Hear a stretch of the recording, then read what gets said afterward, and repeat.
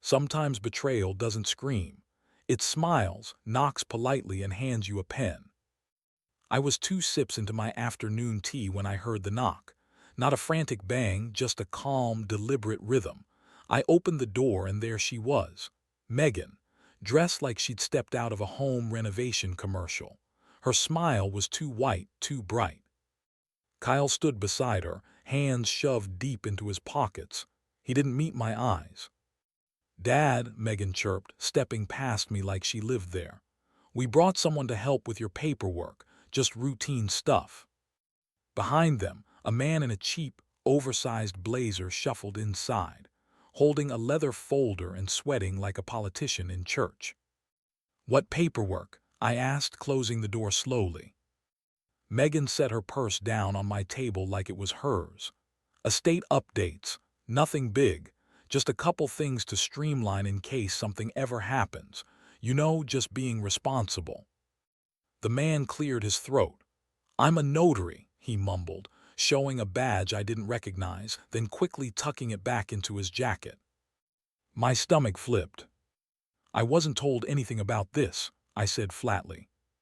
"We figured we'd save you a trip," Megan said, already unfolding the papers. "You don't like driving across town anymore, right?" Kyle still hadn't spoken. His eyes darted toward the window. I reached for my reading glasses, even though I didn't need them. I needed time. "What's this here? Durable power of attorney?" I asked, tapping the heading. "Just a formality," Megan said too quickly. "It just makes it easier to handle things for you. Banking, property maintenance, legal stuff." "Funny," I muttered. "I didn't realize I needed managing." Megan's smile twitched. "We just want to help." Kyle looked at the floor. I skimmed further. Transfer of title, access to accounts. My heart pounded. I kept my face blank. "I'll need to look this over," I said. "Maybe run it by Helen." Megan stiffened. "Helen? She's not your lawyer anymore, is she?" I met her gaze. "She drafted my will. That makes her very relevant." "We just thought you'd want to take the stress off your plate," she said, voice tighter now. "Let the younger generation handle the hard stuff." I stared at Kyle. "Is that what you think this is, helping me?" He opened his mouth, then closed it. I stood up, deliberately slow. "I'm not signing anything today." There was a beat of silence. Megan's smile vanished.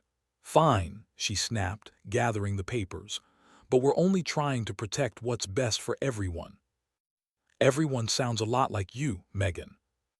The notary, if that's what he was, turned red and nodded stiffly before backing toward the door. Megan followed, her heels clicking like hammers against the tile. Kyle trailed behind, saying nothing. As the door closed, I stood alone in the hallway, the silence pressing against me like a weight. I could hear Ellen's voice again, soft but firm in my head.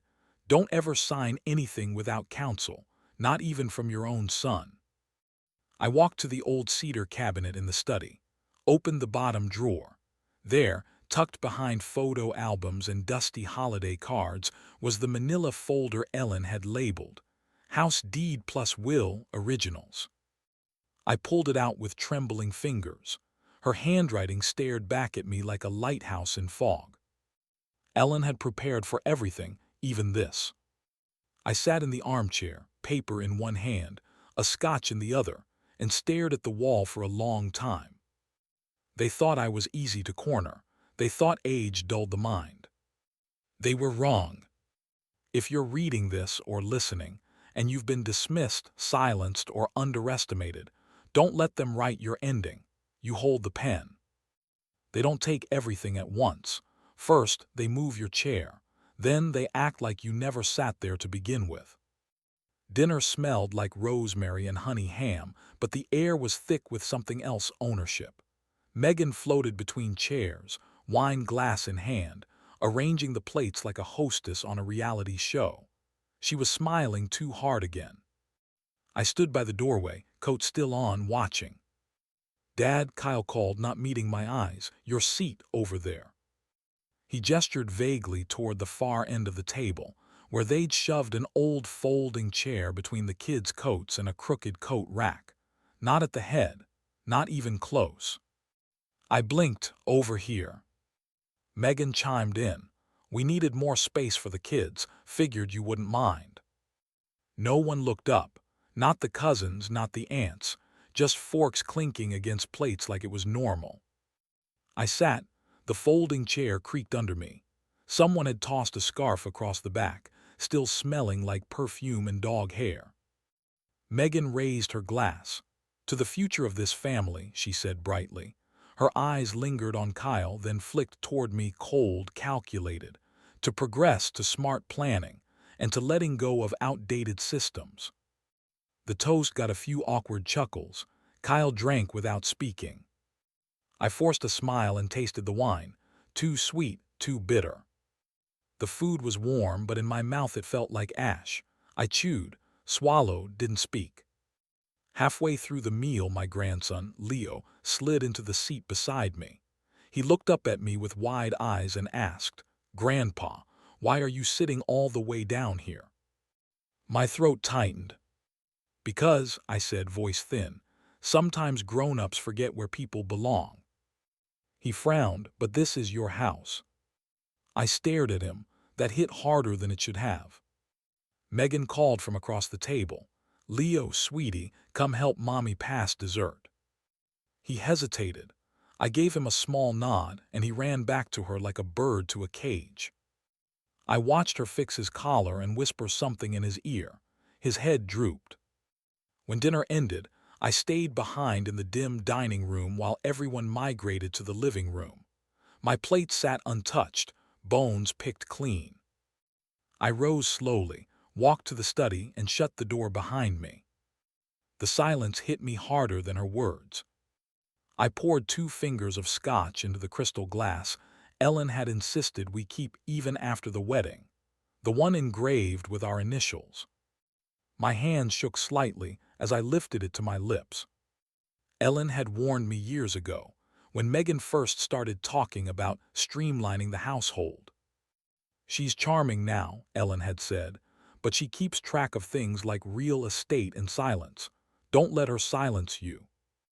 I remembered brushing it off. I thought she was being paranoid. But now I could see it all clearly. Megan wasn't simply trying to control the family dynamic.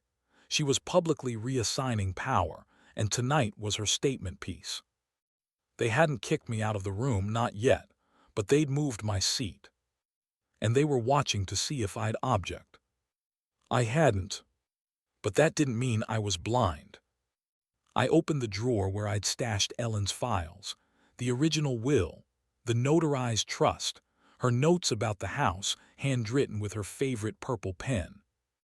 I ran my thumb along the margins. They were counting on my silence. I raised my glass again, this time not in grief.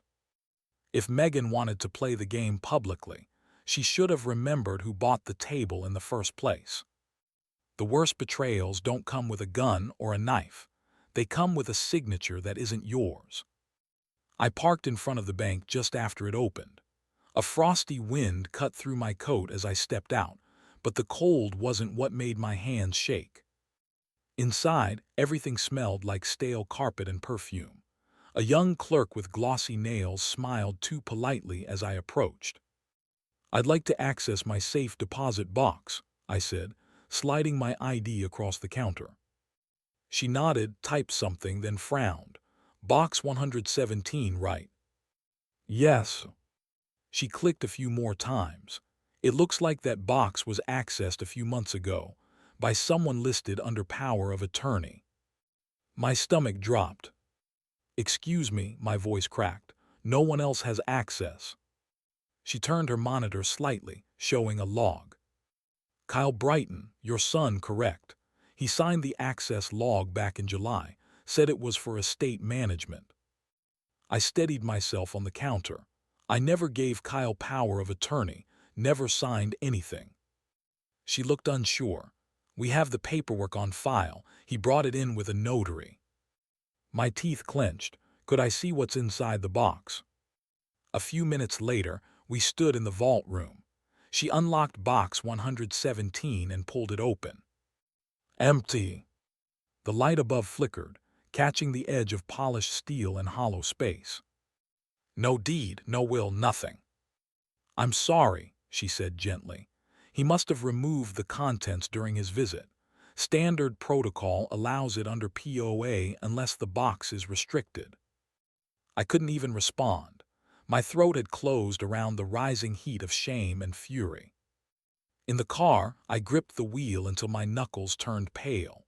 I stared at the dash, then at my own reflection in the rearview mirror. Kyle, my son, the boy I taught to ride a bike, the man I helped with his first down payment, the one who held my hand at Ellen's funeral. He'd signed my name. He'd stolen from me under the veil of legal language. But this wasn't just Kyle. He was never the one with ambition. He followed, always had. Megan had the sharp tongue, the smile that didn't reach her eyes, the habit of overstepping masked as helpfulness. She'd handed him the pen. I was sure of it. My mind flashed back to Ellen's writing. That day she sat at the kitchen table, labeling envelopes while I grilled outside. Copies made, she'd murmured aloud, tapping a folder. Never trust originals alone. I remembered laughing, paranoid much. She looked at me then, serious. No, just prepared. I pulled the car into the driveway, tires crunching the gravel. From inside the house, laughter floated out, Megan's voice, bright and forced. The sound made my skin crawl. I didn't go in.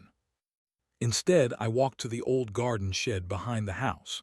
Inside, past rusted tools and unused bags of mulch, sat the fireproof lockbox Ellen insisted we keep.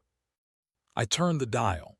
Inside, wrapped in plastic and clipped neatly, photocopies, the deed, the will, her handwritten notes in purple pen, a scanned image of her ID with the title co-trustee authorization required. My fingers trembled, but not with weakness. With clarity. Kyle hadn't stumbled into a mistake. He'd taken my keys, my legacy, and handed them to a woman who'd made it clear I was in her way. This wasn't miscommunication. It was fraud dressed in Sunday brunch smiles and notarized lies. You don't win wars by yelling. You win them by listening longer than the other man can lie. Harold's screen door creaked the same way it had since 1975. Morning, I muttered, stepping inside. He was already pouring black coffee into a chipped navy mug. You look like hell, he said, not unkindly. I've earned it. We sat down at his kitchen table, same one we fixed together after his divorce. He slid the sugar bowl toward me. Start from the top. I told him about the safe deposit box, the forged power of attorney, the empty vault, Ellen's hidden copies. When I got to Megan's smile as she introduced that fake notary, Harold slammed his mug down. They brought a fake notary into your home. I nodded. And Kyle just stood there, like a ghost in a good suit. He grunted. That boy's spine evaporated the minute he married her. I looked away. I think I always knew it, but I didn't want to believe he'd crossed the line. Harold leaned forward. What they did, that's not just family drama, that's theft, fraud. You don't need closure, you need a courtroom. He stood and disappeared down the hallway. I sipped my coffee and stared out the window. Across the yard, the garden Ellen used to love had gone wild, untended, choked by weeds. When Harold came back, he carried a yellow notepad and a small tape recorder. I want you to say it all again, he said, every detail. I blinked. Why? Because the day will come when you'll need to recall everything. And when that day comes, we won't be relying on memory. I stared at him. You believe me? He shot me a look. Of course I believe you. I was there the first time Megan tried to cut you out. What? He flipped open the notepad. 2 years ago, at the 4th of July barbecue, she pulled me aside, asked if I thought you were losing clarity, said she was worried about the stress of aging. Wanted my thoughts on if you might benefit from limited responsibility. I felt my stomach lurch. She was laying the groundwork. Like a spider, I sank into the chair. The air felt heavier. She's been planning this for a long time. Harold nodded. You ever notice how she always speaks for Kyle, always finishes his sentences? She doesn't want a husband, she wants a puppet. And now she wants a house. I looked at him. You're sure you're up for helping me with this? He smiled, slow and wide. You still think I'm retired? I've got more fire in me than they know. Then he leaned in. We'll get your lawyer. We'll get a forensic handwriting expert. We'll track that notary. If he's real, we'll subpoena. If he's fake, we'll expose. I swallowed in Kyle. Harold paused. If he wants redemption, he can earn it, but don't give him a free pass. I stared at the floor. My boots were scuffed from packing. I raised a man I don't recognize. No, Harold said. You raised a man who forgot who you were. That's different and fixable, but not before Megan learns she picked the wrong old man to corner. I reached into my coat and pulled out Ellen's folder, set it between us. He opened it slowly, nodding with every page. You know what this is? He asked. I shook my head. A map, one that leads back to justice. Sometimes the worst betrayals don't come with yelling. They come with scrambled eggs and polite smiles. Megan invited me over for breakfast the next morning. It was framed as a family sit-down. Harold raised a brow when I told him. She's planning something, he warned, voice low. They don't feed you when they care. They feed you when they want you docile. I still went, not because I trusted her, but because I wanted to watch her try. The table was already set when I arrived. Megan greeted me with a grin too sharp to be genuine. Dad, she said brightly, we made your favorite. Scrambled eggs, rye toast, little bit of jam. Kyle avoided my eyes as he poured orange juice. His hand trembled slightly. I sat at the table, my old seat, the head, but Megan pulled out a chair across from me. Sit here, please. We're rearranging the flow of the room. I moved silently. She laid a folder in front of me, vanilla-colored, thick with paper. Kyle cleared his throat. We've been working on some estate streamlining, just to make things easier, cleaner for the future. I stared at the folder, didn't touch it. Megan sipped her juice. It's just a formality, a few signatures to consolidate assets, reduce confusion later. I forced a smile. Is this before or after you moved my chair? Her eyes narrowed. I'm sorry. Never mind. I opened the folder. The first page looked familiar, deceptively simple, but buried in the middle, I spotted it, a clause that quietly transferred authority to Kyle as sole trustee. Power of attorney, full fiduciary access, and asset management. I read aloud flatly. Kyle shifted. It's for efficiency, Dad. We'd still run everything by you. Megan's voice snapped.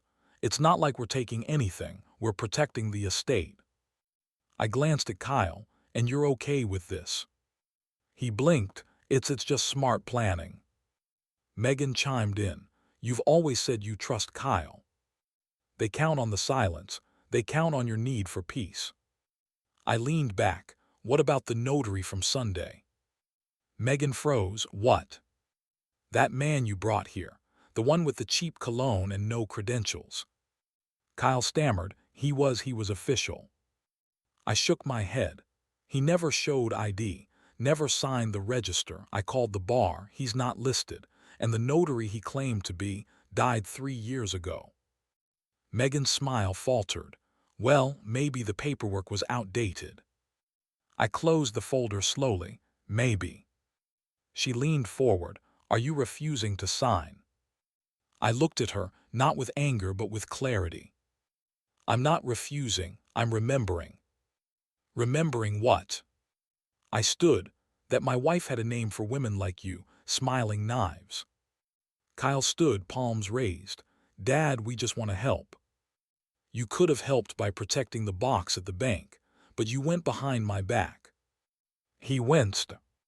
"And you," I turned to Megan, "you've been practicing this little stage play for months, maybe years." Her jaw clenched. "This is my home too." "No," I said quietly, "it is. It never was. It was a gift you assumed was yours to keep." I picked up the folder, tapped the clause with my finger. "Every trap has a signature. You were just too confident I wouldn't read it." She crossed her arms. "You're paranoid." "No," I said, "I'm awake now." I walked to the door. Kyle followed me halfway. "Dad, you're making a mistake." I didn't turn. "No, Kyle, I made it 10 years ago when I gave you a key instead of a backbone." Outside, the sun was starting to break through the morning fog. I slipped the folder into my coat and pulled out my phone. "Harold," I said into the receiver, "you were right. They fed me to soften the blow." "What you do?" "I took the blow, and I brought the evidence. When the people you raised turn on you, your memory becomes your last line of defense. And my wife, she saw this coming before I did." I sat in Harold's kitchen, the cheap folder from Megan still unopened in front of me. The smell of burnt coffee lingered in the air. I wasn't drinking it, just holding the warmth like a shield. Harold scraped butter across toast. "You look like a man who just dodged a bullet." "No," I said. "I think I caught it, just didn't let it kill me." He nodded slowly, then gestured toward the dusty banker's box he'd helped me carry down from his attic last week. "You said Ellen kept backups." I exhaled, pushing my chair back. She always had a backup for everything: birthdays, bills, legal files, even recipes. We opened the box on the living room floor. The cardboard creaked like old bones. Inside were neatly labeled folders, her handwriting still precise, still calm. Deed, original copy. Will, dual signature. Trust clause, exptions. I swallowed hard. Her voice filled my head. "Never trust the first version, sweetheart. Paper lies, ink betrays." I pulled the deed copy folder free. Inside was a notarized photocopy, time-stamped, stamped by a verified third-party notary from the county, dated 2 years before Kyle and Megan's visit to the bank. Harold whistled. "That's the original, all right, and notarized by someone who's still alive." "Alive and practicing," I muttered. "Unlike the dead man Megan said signed their copy." I found another folder beneath it, voice memo house file. There was a small USB recorder taped to the inside flap. I clicked it on, static, then Ellen's voice, calm, clear, patient. "If anything happens to me and someone tries to alter the estate, you'll need this, darling. You and I agreed. Kyle gets nothing without both our names, and absolutely nothing if he lets her put her claws into it." Harold crossed himself. "She recorded this." I nodded. She knew Megan. The dead have a way of speaking louder when the living try to bury them. I transferred the files to my old laptop. Harold handed me a fresh USB. I copied the voice file, the scanned deed, and the scanned will, then another USB, then another. "3 copies," I said. Harold grinned. "Redundancy, that's military thinking." "No," I said, "that's Ellen thinking." Later that afternoon, I drove to the county assessor's office. I asked for a copy of the current property record. The clerk printed it out, blinking at the screen.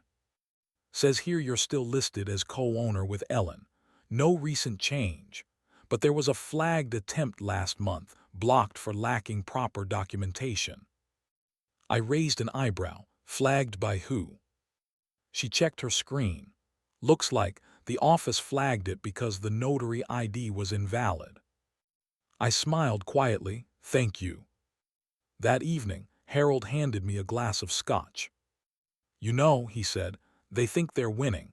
They probably think you're just sulking somewhere." "Let them," I said. "It's the best camouflage." He paused. "You ready to make noise yet?" I looked down at the copy of Ellen's voice memo, now labeled and secured in my inner coat pocket.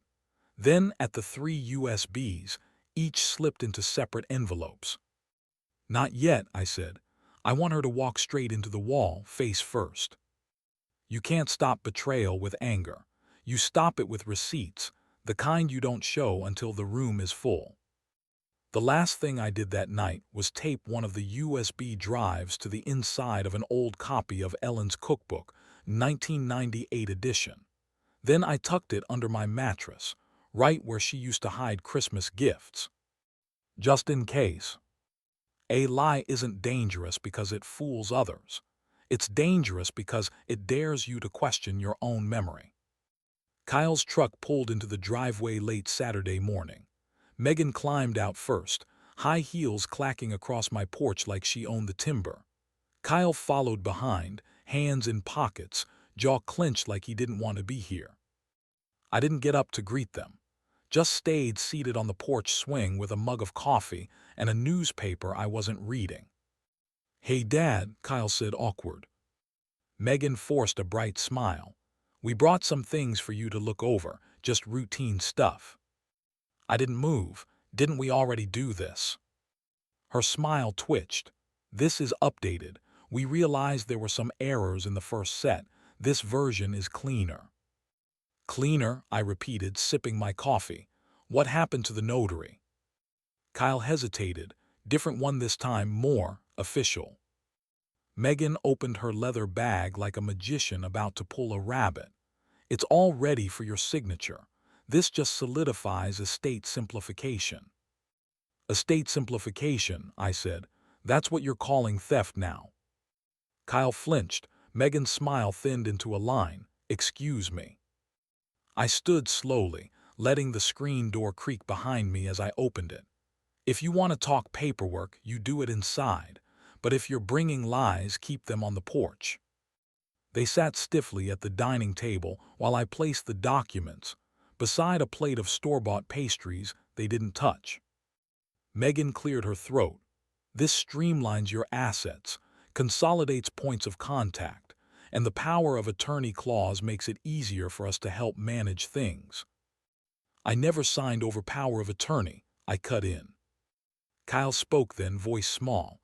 "You don't remember signing it, but—" "I remember everything, son. It's strange watching your child lie to you, like seeing a photo where the eyes aren't quite right." Megan tapped the final page. "It's just your signature right there." I looked down. The signature line was already filled in. "You forged this," I said flatly. "No, this must be from before," Kyle mumbled. "Megan," I asked, not looking at her, "do you know the penalty for presenting forged legal documents to the actual owner?" She laughed, forced and tight. "Are you threatening me?" I stood up, walked into my study, returned with a manila folder. "This," I said, laying Ellen's notarized deed and will copies in front of them, "is the original. Filed, recorded, and backed up 6 ways to Sunday. And this," I held up the USB stick, "is my late wife's voice explaining what happens if anyone tries to rewrite her wishes." Megan's face went pale. "You're bluffing." "Am I?" I said. "You can ask your first notary." "Oh wait, you can't. He's been dead 5 years. Kyle finally cracked. "Megan, we need to go." "No," she snapped. "He's bluffing. He's trying to guilt us." Kyle stood. "I said we need to go." She looked between us, weighing something, then shoved the updated documents into her bag and stormed out the door. Kyle lingered for a second. "Dad." I didn't soften. "You knew better." He looked down. "I didn't think it'd go this far." "You didn't think at all. You don't lose your children all at once. You lose them the moment they decide your worth is negotiable." I closed the door behind them, locked it, and walked back to the study. Harold had been right. Let them think you're weak. Let them underestimate you. I picked up the phone. "Harold," I said, "we're past patience." "Good," he replied. "You ready to bring in the lawyer?" "I already did," I said. "She's waiting." Sometimes justice doesn't arrive with a gavel. Sometimes she brings tea and sits beside you on a garden bench. The morning air was thick with the smell of wet earth. I stood by the rose bush Ellen used to trim every Sunday, the one that bloomed late and stubborn. The wind carried the creak of the gate as it opened softly. Helen stepped through it like time hadn't touched her. Same steel-gray eyes, same calm presence. Only now, her briefcase replaced the Bible she used to bring when she'd visit Ellen in hospice. "You still have her rose bush," she said, nodding at it. "She'd haunt me if I let it die." Helen smiled faintly. Ellen used to say, "Anything worth keeping needs pruning first." I never knew if she meant people or plants. "Both," I muttered, motioning to the bench. "Sit. I've got recordings, photocopies, and fire in my blood." We sat side by side, no pleasantries needed. I handed her the USB. "Megan tried a fake notary last week, pushed me to sign over everything, again." Helen plugged the USB into her tablet, scanning files quickly. She paused when the audio began. Megan's voice spilled out. "We'll keep the old man in the garage until spring. Once it's finalized, the house is ours. He's too senile to fight it." Helen's brow twitched. "She's an amateur," she said, "but dangerous. Arrogance always underestimates paper trails." "I never gave power of attorney," I said. "Kyle accessed the safe deposit box anyway. Bank has it logged." "Forgery," she confirmed. "Bank might argue immunity, but they'll cooperate, especially if we rattle the cage. I want it clean, no spectacle, just truth." There's a difference between revenge and repair. I wasn't looking to ruin them, just to reclaim what they buried me under. Helen reached into her bag and pulled out a folder. "Here, what we'll do. Civil suit for fraud, breach of fiduciary duty, and elder financial abuse. The state takes that seriously, even if your son's spine doesn't." She handed me a blank form. "Statement of intent. You sign this, we move, quietly until it's not." I stared at the form. "Do you want me to say it for you?" she asked. "No," I said, throat thick. "I've been quiet too long." As I signed, a bird landed on the fence. A blue jay, loud, intrusive, watching us like it owned the damn garden. Helen chuckled. "You know what that is." "Besides rude." "It's a signal bird. In folklore, they appear when you're about to speak something you can't take back." I looked up at the bird. "Good." She closed the file and leaned back. "I always wondered, why didn't you call me sooner?" I rubbed my jaw. "Shame, pride, take your pick." Helen didn't press. She just nodded. "Ellen made me promise something. If you were ever silenced, I was to raise hell on your behalf." I blinked. "She said that." "She left a note. I'll show you one day. But for now, you're not alone. Grief is heavy. Betrayal is heavier. But being believed, that's light enough to lift you back to your feet." She stood and brushed off her coat. "I'll file by Friday. They won't see it coming until they're served. I want you in the room when they are." Helen smiled. "Oh. I'll be front row." She walked back through the garden, past the rose bush. At the gate she paused. "Trim that bush next week, will you?" I nodded. She didn't turn around. "And when it blooms, that's when they'll fall." They always thought Sunday was their day. Brunches, mimosas, laughter I was no longer invited to. This time, the table had a different kind of toast waiting. Helen called it strategic timing. She had a flair for that sort of thing, surgical revenge wrapped in legal paperwork. "They'll be relaxed," she said, "comfortable, arrogant." I waited across the street from the bistro in Harold's old Ford. Worn seats, the smell of motor oil and old cigars. Familiar, safe. Across the street, through the wide glass windows, I saw them. Megan in her beige coat, gesturing animatedly. Kyle nodding like a puppet. Their real estate friends sipping sparkling water with two white teeth. Helen stepped out of her car like a ghost with purpose. I clutched the envelope in my lap, copies of every document. The forged deed, the fake notary's ID, the bank logs. Harold had offered to drive, but I needed to do this myself. This was mine. The server approached their table, smiling. He held the legal envelope like a dessert menu. Ms. Megan Lowell. Megan took it without hesitation. Probably thought it was another thank you note from some family friend she'd fooled.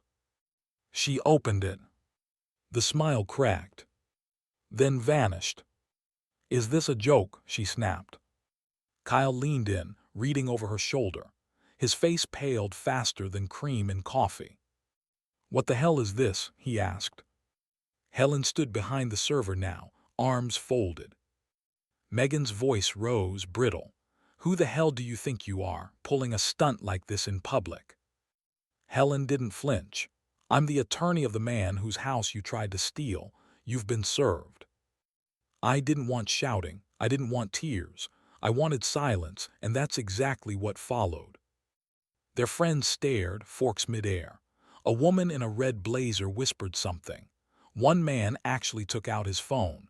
I knew what came next. Word would spread faster than the ink on those papers. I stepped out of the truck. Walked slow. Steady. Megan locked eyes with me like I'd risen from a grave she thought she'd sealed. Kyle just looked down, shoulders sagging. I passed their table. Paused. "Merry Sunday," I said softly. Then quieter. "Tell your notary I said hello." Inner monologue. Ellen would have liked that line. She always said the best revenge was factual and polite. I didn't stay. Didn't gloat. Didn't turn around. Helen caught up to me outside the door. "They'll try to spin it," she warned, "but the truth's in motion now." "Let them spin," I said. "Spin can't undo paper." She smiled. "You ready for the next step?" I nodded. Let's make their silence louder than their schemes. That night back at Harold's, he poured 2 glasses of bourbon. "To justice," he said. I raised mine, "to timing." He chuckled. "Damn, that was smooth." "It was Helen," I said. "No," he corrected, eyes narrowing. "It was you finally standing up. They built a house of lies and locked me outside. But all it took was a signature, a witness, and a Sunday to blow the doors wide open. Truth doesn't scream, it whispers. And when the right ears are listening, it can bring empires down." Harold slid the flash drive across the kitchen table. "You sure about this?" he asked, voice low. I nodded. My hands didn't shake this time. Helen had called the night before, excited but measured. "If we're going to court, we need more than forged paperwork and a scared son. We need their words." I looked down at the flash drive. That's exactly what this was, Vanessa's words, or more accurately, her arrogance. It started weeks back. Harold had wired a digital recorder into the study lamp. Just above the antique desk Megan had insisted be redecorated for a cleaner aesthetic. She thought the room was hers now. She used it freely, confidently, too confidently. "You'd be surprised how many old men sign papers without reading them," Megan's voice crackled from the speaker as I hit play. "He's halfway senile, and Kyle's too soft. This house is already mine." Another file. I told him it was just for taxes. The idiot even thanked me. I sat in Harold's kitchen, the light above us flickering. It was quiet, too quiet. The kind of silence you feel in your bones. "She really thought I wouldn't hear it," I muttered. Harold leaned back in his chair. "They think our hearing fades with age. Maybe our voices too, but not our memory." He was right. My hearing wasn't what it used to be. But I remembered every word, every time Megan had smiled while stabbing me in the back. Flashback. "She's just trying to help," Kyle had once said when I questioned why Megan was handling all the bills. I'd nodded then, silently. But inside something had shifted, something sharp. Now it was all captured. Her bragging to her sister about sealing the deal, laughing about Grandpa's dumb loyalty, even mocking Ellen's framed photo, calling it old lady clutter. It wasn't just greed. It was cruelty. And now it had a voice. Helen was thrilled. "This is the nail," she said. "You want a courtroom, you've got it. This'll gut her credibility." "But will it make them see?" I asked. She paused. "Some of them already do." Later that day, I visited my old church. Not for prayer. Not even for peace. For reach. I handed a copy of the recording to Pastor Jim. He had once officiated Kyle's wedding. He knew the family, knew Megan. He listened to one clip and sighed, heavy and long. "This'll break hearts," he said. "It already did," I replied. "People think justice is loud, gavels, verdicts, headlines. But sometimes it's a whisper in a church hallway, a rumor that grows teeth." By evening, I knew the recording was moving, through inboxes, through ears, through quiet conversations over coffee and casseroles. Harold poured me another cup of black. "You think they'll still show up to church this Sunday?" I shrugged. "If they do, they'll sit in the back, and they'll leave before the final hymn." As night fell, I opened the folder Ellen had labeled Contingency. Inside were letters, originals, even an old voicemail from our attorney confirming the co-trustee clause. Ellen's voice played softly. "Only together can this property move." She meant Kyle and me, not Megan. She'd prepared for betrayal, even from her own blood. She trusted the paper trail more than the people behind it. The next morning, Megan posted a photo online. Her and Kyle smiling, clinking glasses, pretending nothing had changed. But I noticed something different. The comments were quiet. The likes missing. And for the first time, I saw a crack in her digital mask. Sometimes you don't have to raise your voice to be heard. You just have to let the silence do the talking. The invitation came from Kyle. A text, no emojis, just dinner at ours, 6 p.m. Megan wants to clear the air. I didn't reply. Didn't need to. At 5:59, I rang their bell. Not because I wanted to go, but because some confrontations deserve to happen under their own roof. Kyle opened the door, lips tight. "Hey, Dad." I looked past him. The table was set. Too many plates, too much effort, trying too hard. Megan appeared, apron tied neat, smile thinner than truth. "Glad you could make it," she said, leading me in like a guest. The head of the table was taken by Megan. She sat there intentionally, legs crossed, wine glass in hand. I took the far end without a word. Toby waved at me from his seat, eyes darting between us like he knew something was off. Smart kid. Dinner started with strained laughter. Megan served lamb, my favorite. She was stalling. I cut the meat in silence. Then Kyle cleared his throat. "So, we just wanted to say we're sorry." I kept chewing. Megan added, "Things got complicated. Estate stuff is messy. No one meant for feelings to be hurt." She said feelings, like it was something you could vacuum off a rug. I finally set my fork down. "Feelings," I said. Kyle leaned forward, eager. "Right, we should have involved you more." I turned to Megan. "You brought a fake notary to my house." She didn't flinch. "We thought you'd overreact." That man wore sneakers and forgot his last name. Kyle winced. I continued. "Then the bank, the deed, the recording."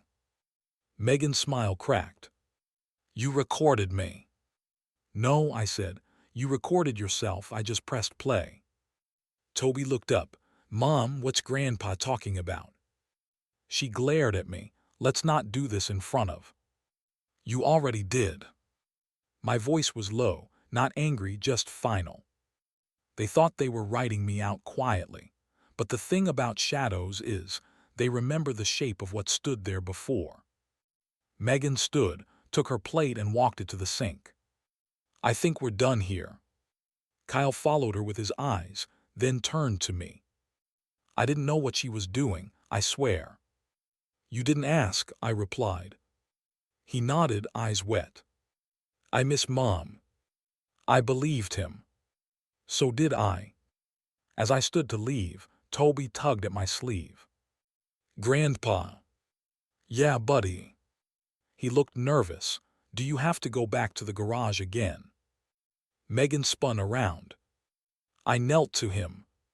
Not anymore. Visual description.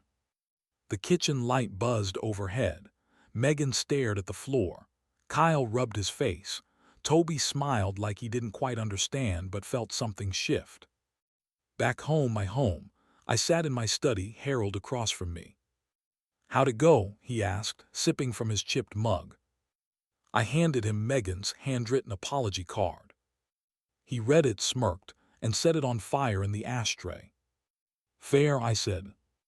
They served dinner to bury the past, but I showed up to remind them the table still belonged to me.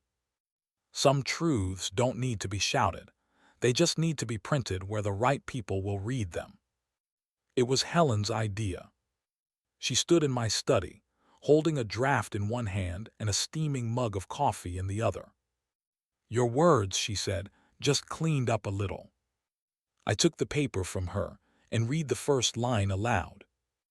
My name is Robert M. I am a father, a veteran, and a man whose home was nearly stolen by signatures I never gave. My throat caught on the second sentence.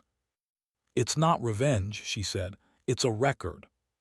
The community newsletter wasn't big, just a folded printout that showed up in mailboxes every Friday. But in this town, it might as well have been the front page of the Times.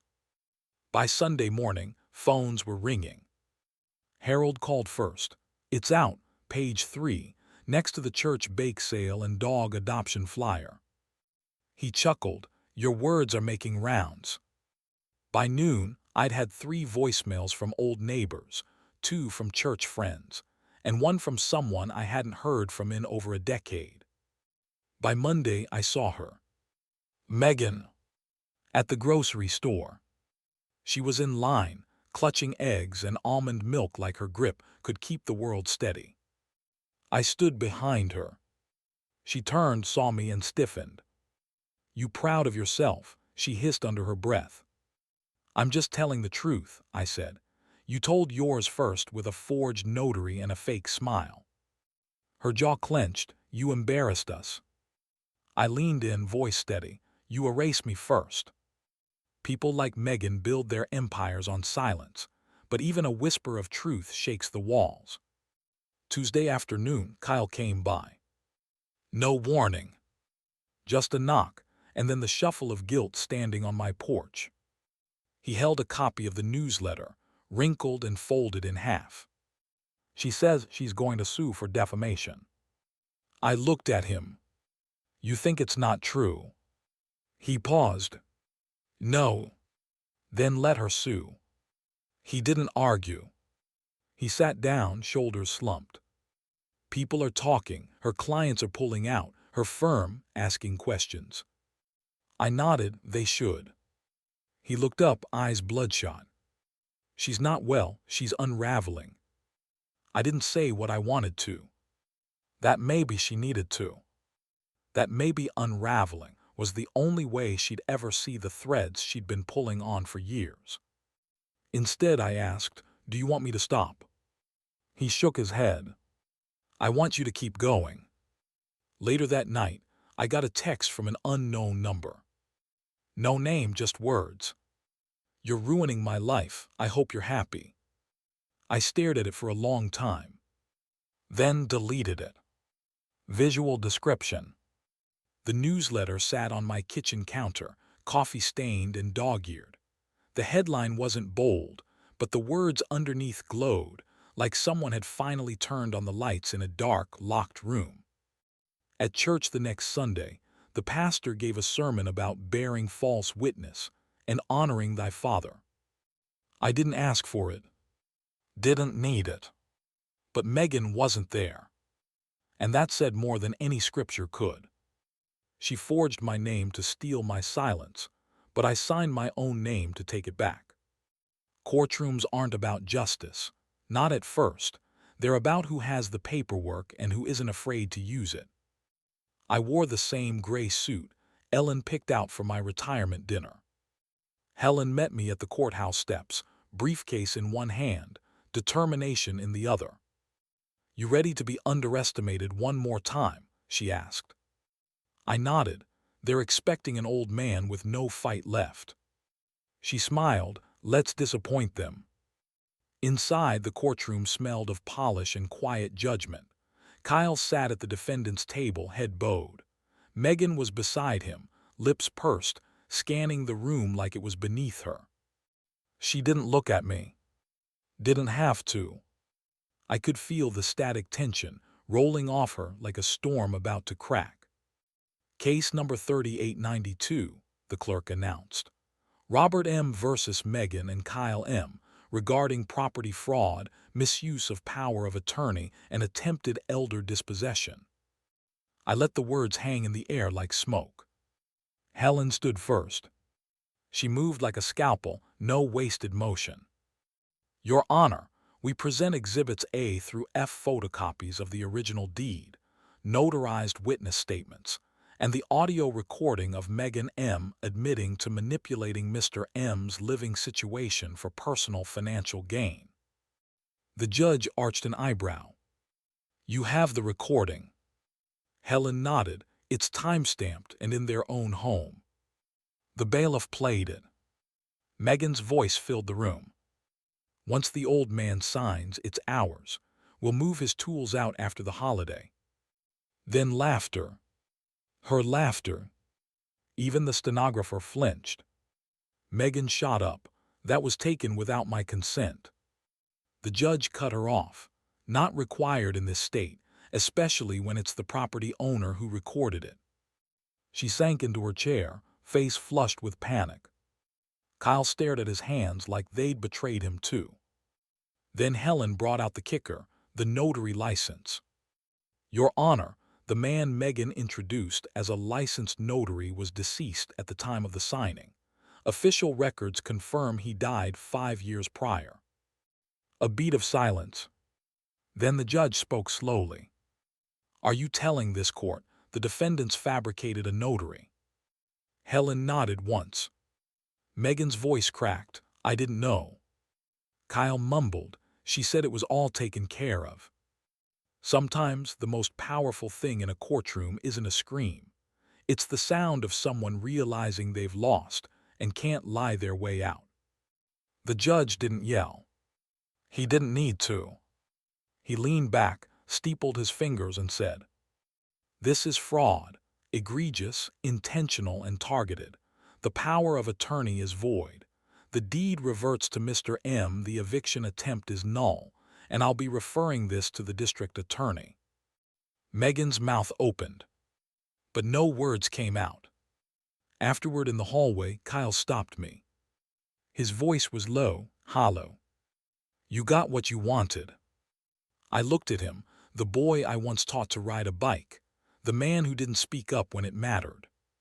"No," I said, "I got back what was already mine." He looked like he wanted to cry. I didn't offer him comfort. He hadn't earned it. Visual description. Outside the courthouse. The wind caught a copy of the court order in Helen's hand. It fluttered like a flag reclaimed, not of victory, but of survival. As we walked to the car, Helen said, "It's not over. She'll appeal, spin, maybe even play the victim." I nodded. "She can play whatever role she wants," I said, "but not in my house." They tried to make me invisible, but today, the law saw everything. Revenge doesn't always roar. Sometimes it whispers in every room they walk into, and no one wants to sit beside them anymore. Megan's downfall didn't come in one loud collapse. It came in pieces, quiet, sharp, and public. The morning after court, Helen forwarded me the press release. "Local woman accused of forging notary for elder property fraud." Her name wasn't in bold, but it was there, clear as day. Megan M., former financial planner, under investigation, license suspended. I didn't print it, I didn't need to. By noon, the article had made it to every local email thread, community group, and lunch table. Even the church bulletin posted it with prayers for all involved. That evening I sat on the porch, not in exile, not in a garage. My porch, my chair. Harold pulled up in his truck, still chewing a toothpick. "Thought you'd like to see this," he said, tossing me a folded paper. It was a screenshot from Megan's firm's website. Her name had been removed. "Quiet, ain't it?" he muttered. I nodded, like a storm after it swallowed its own thunder. The calls started 2 days later, not to me, but to Daniel. Clients, friends, a few board members from the housing committee. Asking questions. Was this your wife? Why did your father need to go to court? Did you really try to evict him at Christmas? I saw Daniel at the grocery store a week later. He didn't notice me at first, but the bagger did. "Mr. M," she smiled, "heard you won." Daniel turned, his face pale. We locked eyes. He lowered his gaze. I didn't say a word. Shame has a way of doing what anger never could. It silences people into remembering who they were before they let themselves become someone else's pawn. Megan's friends stopped visiting. The couples she used to host for dinner stopped replying. Even her sister, the one she bragged to on the recorder, unfriended her on every platform and told the PTA she was unavailable. Word spread. She wasn't welcome at the spa anymore. Her Pilates instructor canceled due to limited capacity. And her realtor license, gone, revoked without ceremony. I heard from Helen again. "She's trying to file for separation," she said. "Says Daniel failed to protect her." I nearly laughed, but it wasn't funny. "She protected herself right out of a life," I said. "Seen Harold's porch dusk." Harold handed me a beer. We watched the sun bleed into the treetops. "You ever think about calling her?" he asked. I shook my head. What would I say? He shrugged. "That you saw it coming and still hoped you were wrong." I looked out over the road. Dust settled. Lights flickered on. I said enough in court. That night I received a letter. Handwritten. From Megan. I didn't open it. I didn't need to. Some silences are more powerful than any apology. Visual description. On the kitchen table, the unopened envelope sat beside a steaming cup of tea.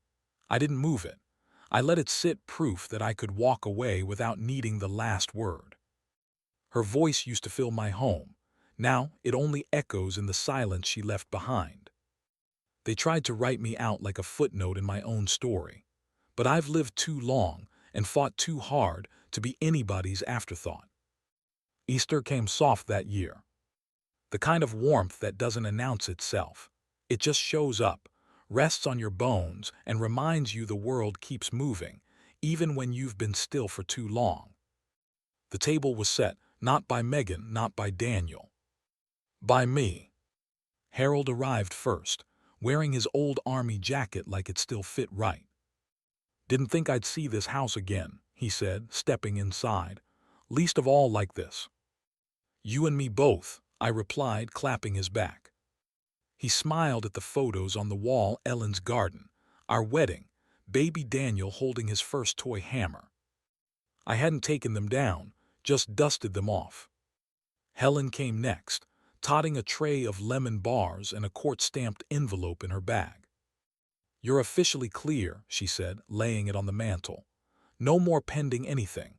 Your deed, your trust, your house locked down tighter than Fort Knox." I nodded. "Thank you, Helen, for seeing me when they didn't." Her eyes softened. "They saw you. They just thought you were too quiet to fight back." The last to arrive was Toby, my grandson. He stepped inside slow, clutching a colorful trifold poster. "I brought my project," he beamed. His backpack sagged on his shoulders. Megan's absence was louder in his eyes than any words he could have spoken. Daniel stood behind him, sheepish, holding a casserole like it was penance. "I wasn't sure if we'd be welcome," he said, voice low. I held his gaze. Toby is, that's what matters. Daniel gave a small nod, placing the dish on the counter. No hugs, not yet. We gathered at the table. Not too many, not too few. Just the ones who'd stood in the truth with me. Toby opened his project. The title read, My Family Hero. And there in crayon was a drawing of me standing at the head of the table, arms outstretched. Behind me the house, no garage in sight. This is our house, Grandpa. I told my teacher you built it with Grandma and you got it back all by yourself. I didn't speak, couldn't. I reached out, touched his shoulder and nodded. The loudest victory doesn't come from shouting. It comes when a child, once taught to forget you, remembers you on their own. Helen raised her glass. To silent strength, she said, and the kind of justice that doesn't need to be loud to be final. Glasses clinked. Laughter, real, earned laughter, filled the room. Daniel stayed behind after the others left.